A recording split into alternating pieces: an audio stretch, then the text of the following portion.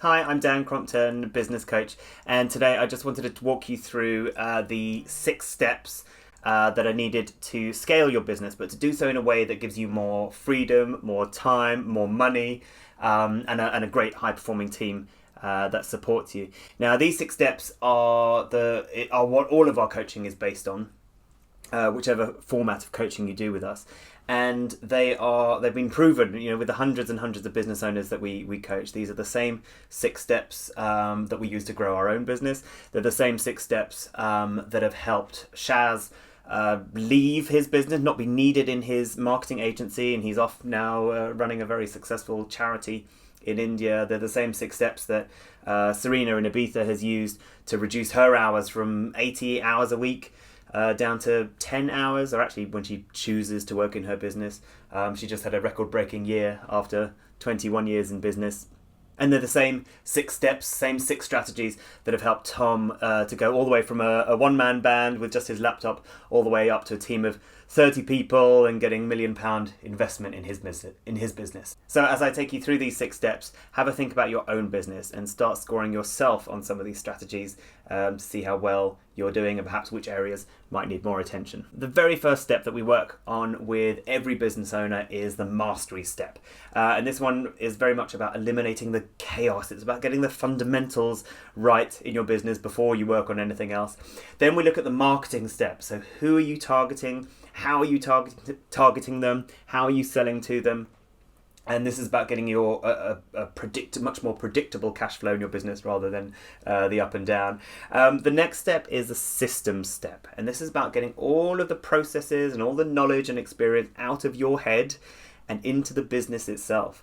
This is really about efficiency, but it's the only way you can start to grow a business that doesn't need you in it all of the time, because you're getting that knowledge out of your head. And once you've got the systems that run the business, then it's time to get a team in place, proper team in place, and that is your structure for growth. Without a team, you can't scale beyond what you are able to do in 40 hours a week. And those 4 steps really are the core content, I suppose, of the coaching that you'll do with us. The 5th and 6th step are about almost then what? The scaling step is about, you've got a well-oiled machine, so how can I get other people to run it with me or even run it for me? And that final step, the freedom step, is really thinking about what am I doing all of this for? So let's go in a bit more detail on each of those steps. Back down to the mastery step and think about your business. How are you faring on each of these strategies right now? The very first thing we do with everyone is destination mastery. Where are you heading? This is looking at your goals, your personal goals, as well as your business goals, is the first thing we do, because until you know that, you can work in any direction. Once you've got your destination, then we can start working on a roadmap and the specific strategies that are going to be right for you. Then we look at time mastery, right? All of us struggle with time. None of us have enough of it. So until you've got control of your time, the rest is going to be really difficult. So it's something we look at very early on. We've got some very powerful tools to help you gain control, claw back control of your time. Then we look at delivery mastery. That is delivery of your product or service. So how consistent is it? How consistent is that experience, your client's experience? And are there wow factors in there? Are there wow factors that are consistent, even when it's not you servicing your clients? And then the final area here is money mastery. So again, until you've got control of the numbers, you can't truly have control of your business. We help demystify all of that, make sure you're tracking the right numbers, make sure you understand the right numbers, and then you've got all the documents and all the templates in place for that. The second step, the marketing step, this is really about working at your USP, your unique selling points. So why should people buy from you? Who do you want to buy from you? Who is your target audience? Who are you targeting? How are you targeting them? We look at lead generation strategies. So do you have consistent high levels of activity going on to generate leads, to actually bring people to your business? Are you working on your conversion rate? So converting those leads into customers, essentially your sales skills. Are you learning sales skills? Do you have a consistent sales process in place, whether it's you or someone else doing it? The next step is to look at the average spend from each of your clients and how you can increase that by charging what you're worth, but doing it in an authentic way. And also encouraging people to buy from you more often, so the number of transactions that are buying from you, and finally looking at ways to improve your profit margin. The third step is the system step, and there's so many things that you can systemize, so don't worry about the detail here, but it's systemizing the vision, your mission, systemizing your culture, making in your business, making sure this stuff isn't just on a bit of paper somewhere, but it's actually being implemented in a systemized way in the business. It's looking at SMART goals. So we'll work through exactly what that means, but SMART just means measurable goals, essentially. Do you have measurable goals? Does the business have measurable goals?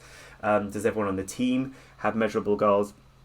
An org chart, so that's just a map of your team. Do you have an org chart for now, so who everyone is? Do you also have a future org chart? What do I want the team to look like? What does the team need to look like in 3 years from now if I want to achieve my goals? And then also contracts, so roles and responsibilities, are they clearly defined for everyone now and in the future? And do people have their KPIs, so key performance indicators? They have goals that they are working towards to fulfill those roles and responsibilities.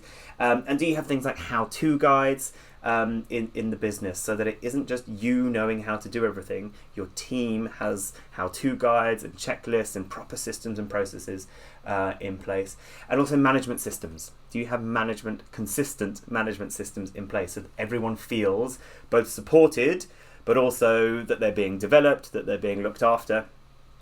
Without that in place, it's just always a bit hit and miss. So once you've got the systems in place, the systems run your business, then it's time to think about the team and getting the team to run those systems. So we look at recruitment in a big way. Do you have a consistent recruitment system? We've got some very unusual ways of making sure that you're attracting the best candidates and that you are hiring the right people for your team.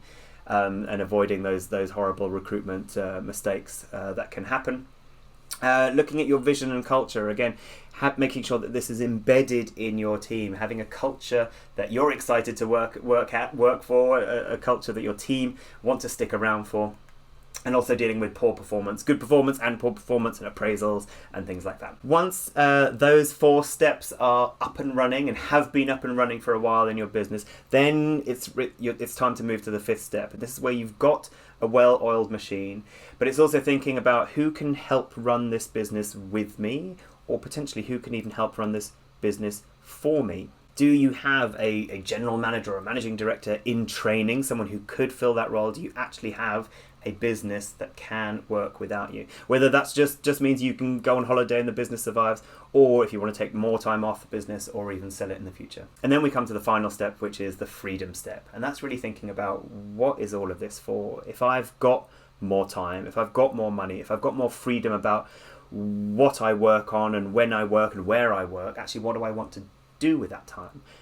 For some people it might be about expansion, it might be about new sites or franchising or even selling the business. For others it might be, what am I investing in? How am I planning for my own future, my post-work life? How am I planning for that? Or it could just be, if I've got free time, what am I spending that time doing? What's going to give me purpose and meaning and keep me fulfilled and keep me busy, but not in the way that I've been busy before? What do I actually want to spend my time? How can I give back to my community? How can I give back to my industry? What is it that I actually want to do all of this for? So those are the 6 steps that we take all of our business owners through to help you scale a business, but to do so in a way that gives you more time and more freedom and more money, and gives you the life and the lifestyle that you want, not just the business that you want. A great exercise to do now is to go through this 6 steps scorecard. So it's got a bit more detail on there. Don't worry if you don't understand all of it. Your coach can help you with that. But work through this scorecard from the bottom up, from the first step, mastery, at the bottom. And in each of the white boxes, if you just score yourself out of 10 in each of those boxes right now, where do you feel overall? What would you score yourself? 10 is, we've got this box sorted, we've got all of these strategies in place, systemized, they happen, it's all automated. And a 0 or a 1 would be, I don't know what's going on here, I don't know what some of this stuff means, none of this is in place. And you'd score yourself a 0 if that's the case. Doesn't matter what your score is, it's all about realizing which areas to work on first. So you just work through the white boxes score yourself out of 10 in one box, and then you score yourself out of 10 in the next box, and you would score yourself out of 10 in the next box. And then you can see that the total in the yellow box over here, the total is then adding up, out of a total of 200, is then adding up the scores in all of those little white boxes. So the point of this, don't worry, like I said, don't worry if you don't know what some of it means. That's fine, we're here to explain that. The point here is that you can start to see which areas are going to be most important for you to focus on over the next year, and particularly for you to focus on over the next quarter, the next 3 months. What it also does is helps you, if you do this scorecard every 12 months, it helps you to see exactly where the progress is happening, and perhaps areas where progress isn't happening as fast as you would like it to. So there you go. That is a 6 steps process that we will be working through together. I look forward to seeing how you got on with the scoring, seeing which areas you want to focus on first, or are going to be most important, most impactful for you to focus on first, and we look forward to helping you further.